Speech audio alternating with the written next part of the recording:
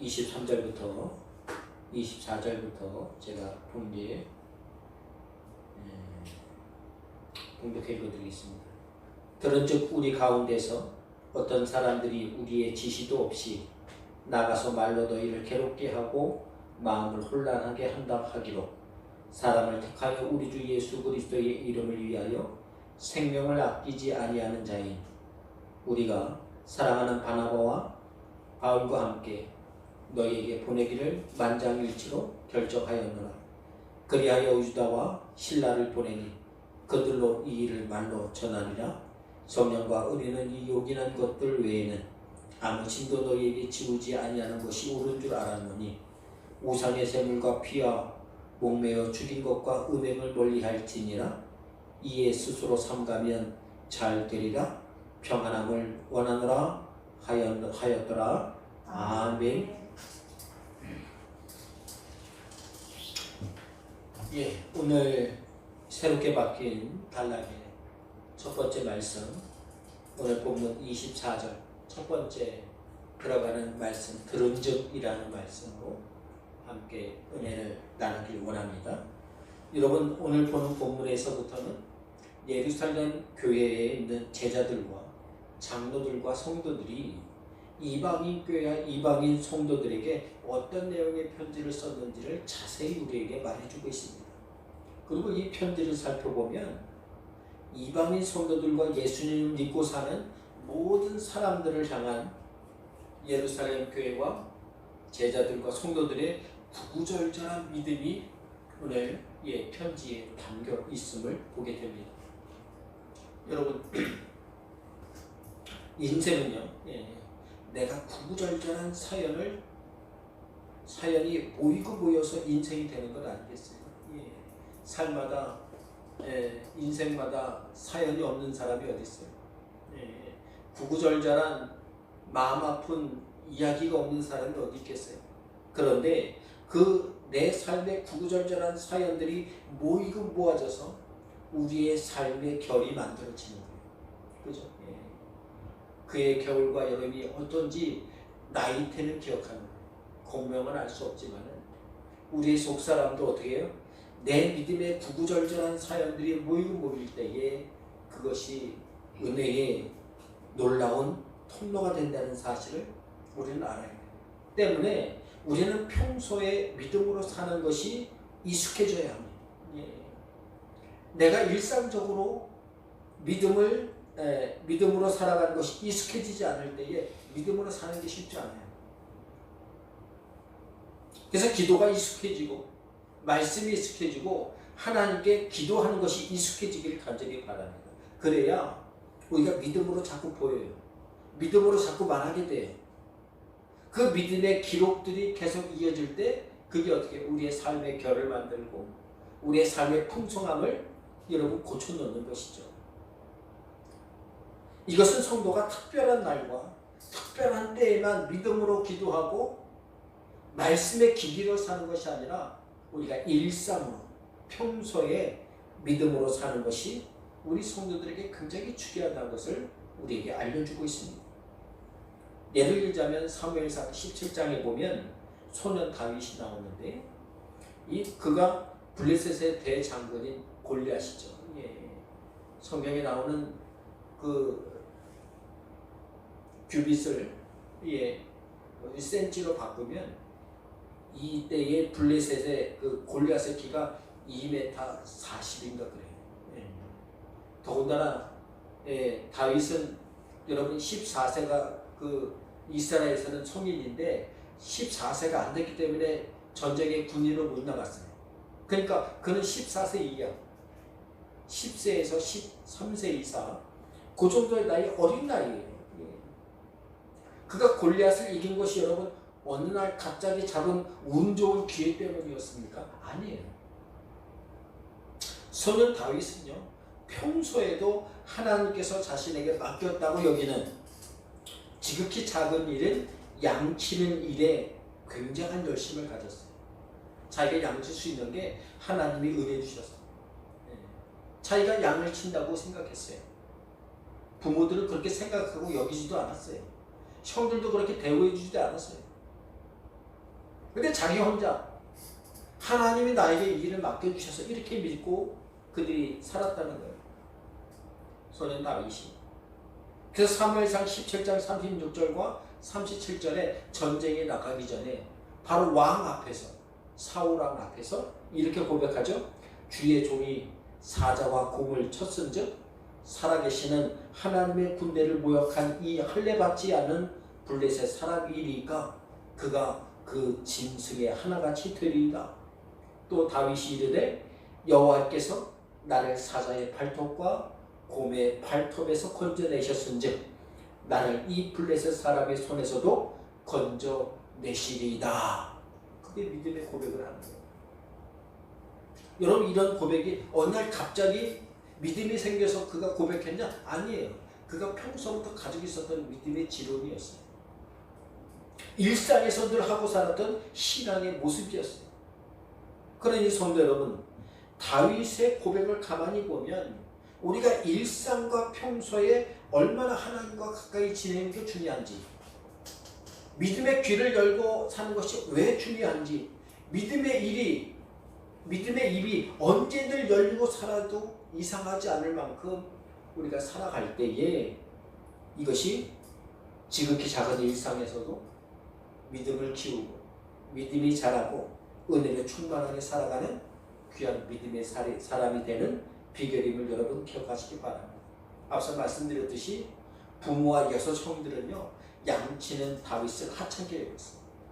얼마나 하찮게 여겼냐면, 여러분, 사무엘이 와서 내가 이 집에 한 사람을 기름 붓는다는 건 여러분 하나님이 쓰시겠다, 왕을 세우겠다, 여러 가지가 있습니다만은 우두머리로 세우겠다, 이런 뜻이 있어요. 근데 아버지 이새가 자녀들을 부르는데 6명만 불렀어요. 막내 다윗은 아예 빼놨어요. 예. 멀리도 가 있을 뿐더러 걔는 아직 사람이 안 됐다. 부모가 그렇게 생각했습니다. 요즘 그렇게 따면 어떻게 해요? 자녀들이 삐뚤어지지 않겠어요. 그럼에도 불구하고 여러분, 다윗은요 믿음이 자라고 은혜가 풍성해졌어요. 왜냐하면 그가 하나님과 늘 동행했기 때문에. 일상에 동행하고 일상에 하나님께 기도하고 일상에 하나님의 말씀에 늘 믿음으로 고백하는 입술을 가졌기 때문에 그런 거예요. 그러니 사랑하는 성도 여러분, 우리도 평범한 생활 속에서 믿음을 쓰고 살아감으로 주님의 은혜와 일상에서 늘 부딪혀 살아가게 되는 우리 성도들이 다 되시기를 간절히 바랍니다. 오늘 말씀도 자세히 보면 이방인 교회와 이방인 성도들을 향해 예루살렘 교회의 성도들과 장로들과 성도들이 얼마나 절절한 믿음의 말을 글로 편지했는지 몰라요. 내용을 오늘 살펴보면 첫 번째로 예루살렘 교회와 성도들은요, 일상에서 믿음으로 듣고 말할 준비가 되어 있었어요. 여러분, 앞서 우리 말씀을 살펴볼 때에 예루살렘 교회와 성도들이 어떻게 이방인에 대한 어떻게요? 고집이 있었어요. 삐뚤어진 어떤 시선이 있었어요. 근데도 불구하고 그들이 베드로의 말을 듣고 함께 믿음으로 이야기하면 이야기할수록 어떻게 마음이 고쳐졌어요. 이 얘기는 어떻게 해요? 평소에도 늘 믿음의 말을 듣고 마음 바꿀 준비가 되어 있는 거예요, 이 사람들은. 대화는 어떻게 해요? 내가 옳다면 옳은 이야기를 들으면 언제든지 마음 바꾸겠다, 이런 마음이 있어야 대화가 되는 것이지, 나는 도저히 마음 바꿀 테니까 너가 바꿔, 이건 대화가 아니에요. 대화가 아니에요. 우리 성도는 하나님의 말씀을 들으면 내가 언제든지 마음 고쳐서 마음 바꾸어서 하나님의 은혜의 성도로 살아가겠다, 이런 마음을 가지고 살아야 돼요. 오늘 본문 말씀 보니까 제목으로도 말했습니다만은 이 들은직이라는 말씀으로 시작하는데, 이 들은직의 원어적인 그 단어를 해석해 보면 두 단어가 합친 거예요. 들은직이라는, 들은이라는 단어와 직이라는 단어가 합쳐진 거예요. 먼저 들음에 해당하는 뜻을 보면 듣다, 경청하다, 들어서 깨닫다, 이런 의미가 있어요. 특히 이 들음이라는 단어는요, 청각적인 작용으로 소리를 듣는 것을 넘어서 정신적인 이해, 마음으로의 이해와 수용과 포용이 그 안에 담겨져 있는 거예요. 그래서 여러분 이 믿음에만 쓰이는 거예요. 일차적인 세상 말이 아닌 거예요. 청각작용으로만 듣는 것이 아니라 정신적으로 이해하고 마음과 믿음으로 우리가 수용할 수 있는 준비가 되어 있다. 믿음의 사람이 아니면 할 수 없는 거예요. 여러분 누군가의 말을 들을 준비가 되어 있는 사람은요 그릇이 다른 거예요. 그죠? 누군가의 말을 들어줄 수 있는 사람은 그릇의 크기가 달라요. 왜냐하면 자신의 말만 담고 살기 바쁜 사람이 있거든요. 자신의 것도 담고 넘쳐 흘러요. 그만큼 그릇이 작아요. 그런데 누군가의 말을 들을 준비가 되어 있다. 그릇이 큰 거예요.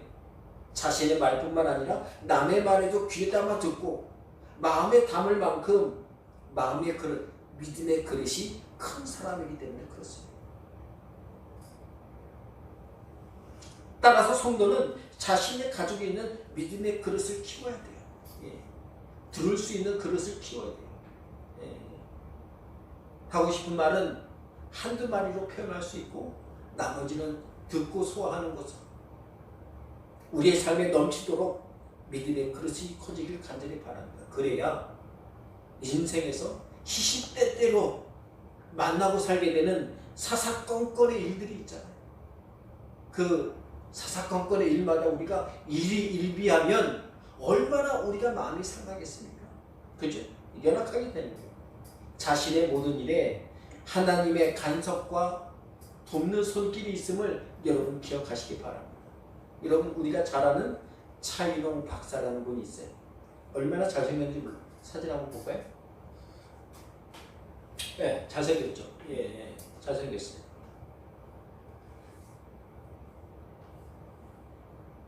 이분이 미국 음대 교수예요. 바이올리스트예요. 근데 이분이 사진 한 장 더 있어요. 장애인이에요.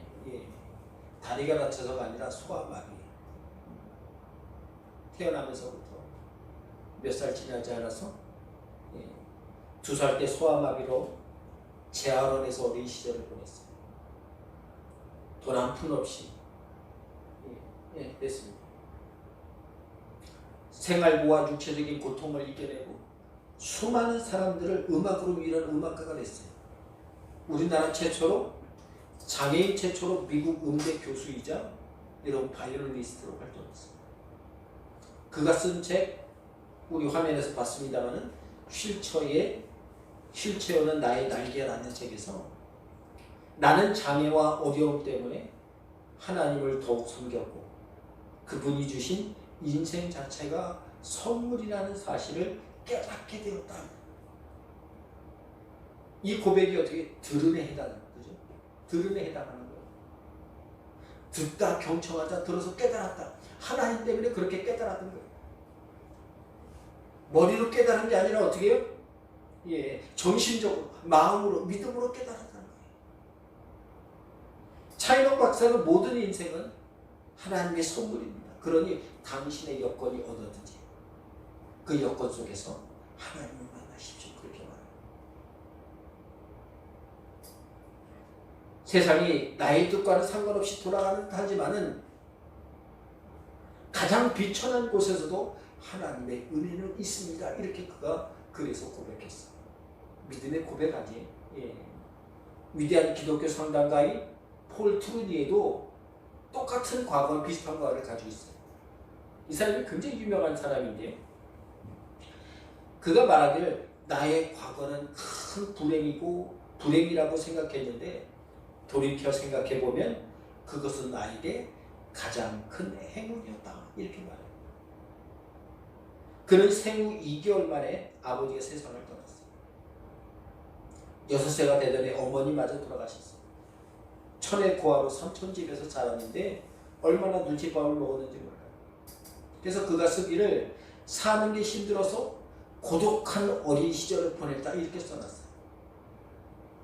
그런데 어느 날 하나님이 자신을 찾아오시고 만나주자 예전의 고난과 고통과 근심이 나에게 고난도 은혜요 아픔도 유익이라는 사실을 내가 인정하게 되었다. 이렇게 고백했어요. 그가 여러분 자신과 같이 불행한 일을 겪은 사람들을 돕기 위한 정신치료의학인 인간의학 분야가 있는데 이것을 개발한 사람이 이분이에요. 폴 트루먼이에요. 책도 10권 이상 우리나라 말로 번역되어 있어요. 유명한 책이에요. 성도 여러분, 그러니 나는 얼마만큼 들을 준비가 되어 있느냐. 예루살렘 교회가 특별했던 것은 들을 준비가 되어 있어요. 믿음의 말을 들을 준비가 되어 있어요. 하나님 말씀에 변화될 마음의 준비가 되어 있었어요.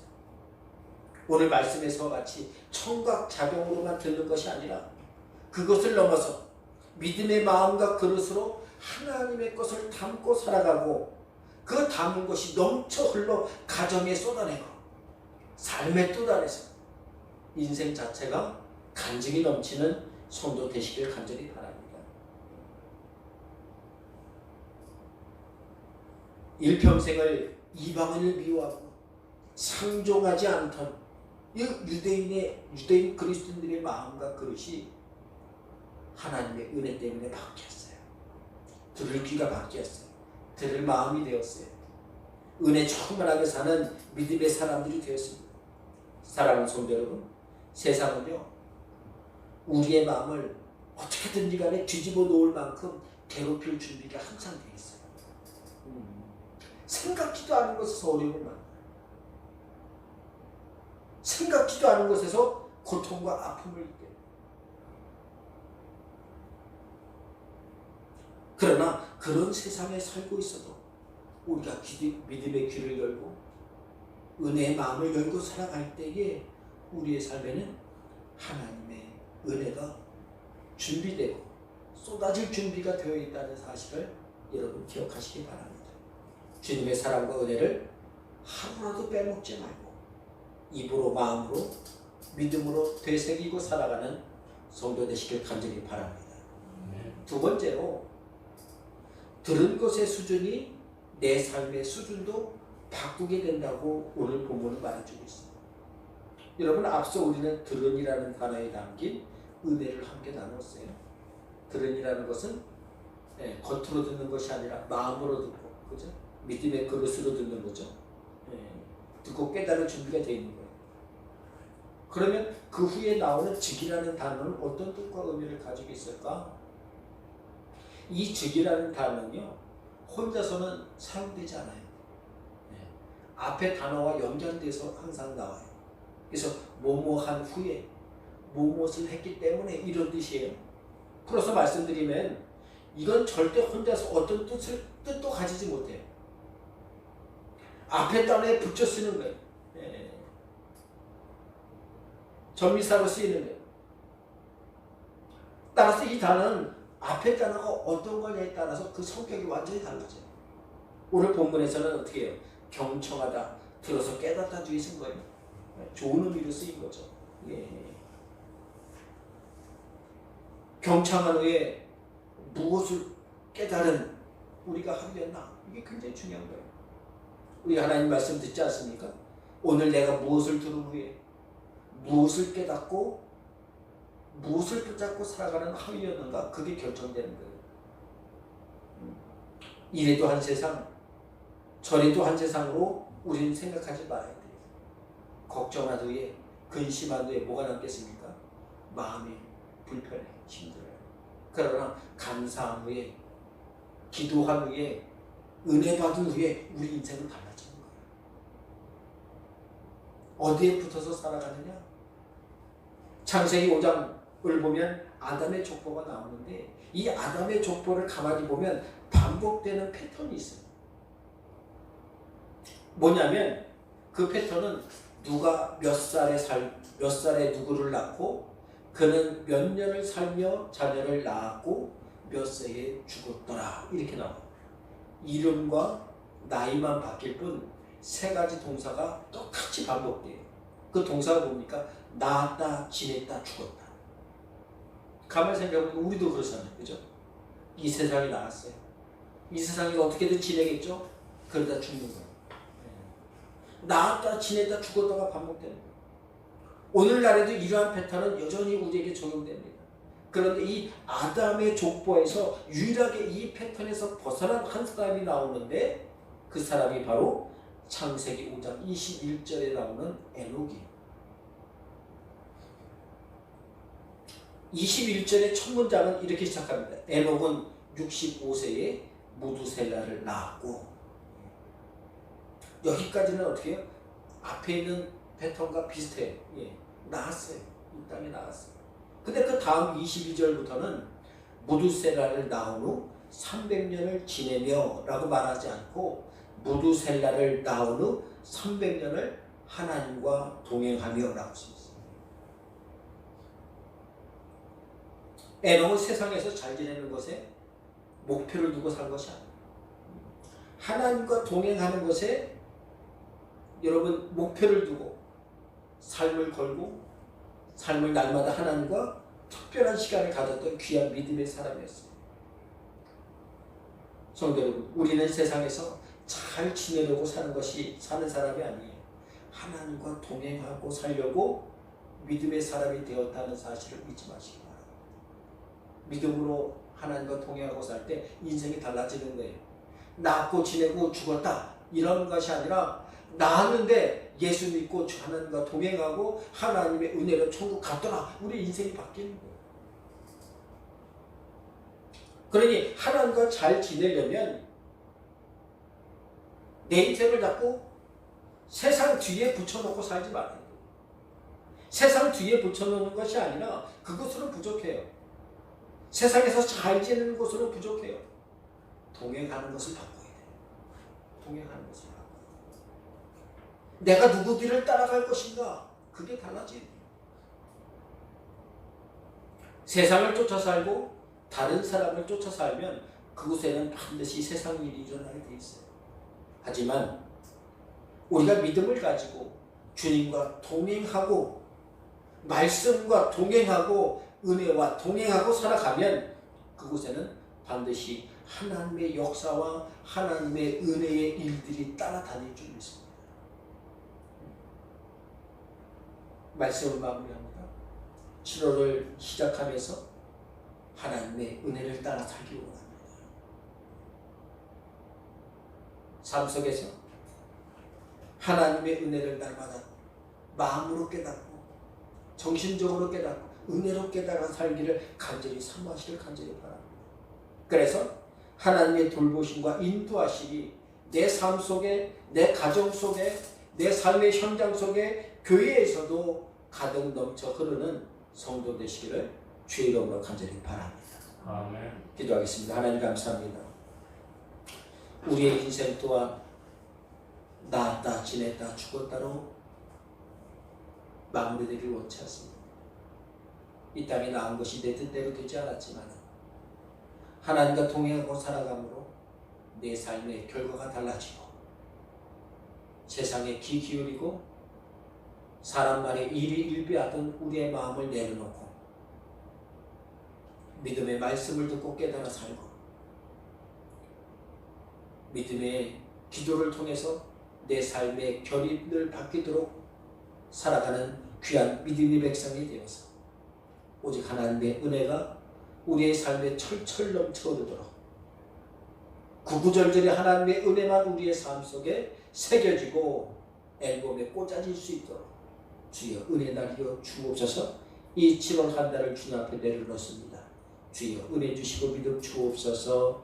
예수님의 이름으로 간절히 기도하옵나이다. 아멘.